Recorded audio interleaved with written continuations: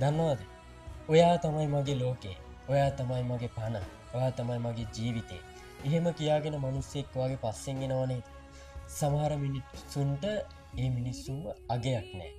දන්නවද? ඒ තමයි ඔයාගේ ජීවිතේ වටිනම කෙනා. ඒ තමයි ඔයාගේ ජීවිතේ ගැළපෙනම කෙනා. කවදාවත් ඒ වගේ මිනිස්සෙක්ව අතාරින්න එපා. මොකද මේ ලෝකේ එහෙම මිනිස්සු හොයන්න හරි අමාරුයි. දන්නවද? ඒ වගේ මිනිස්සු මග ඇරගන්නේ මෝඩයෝ.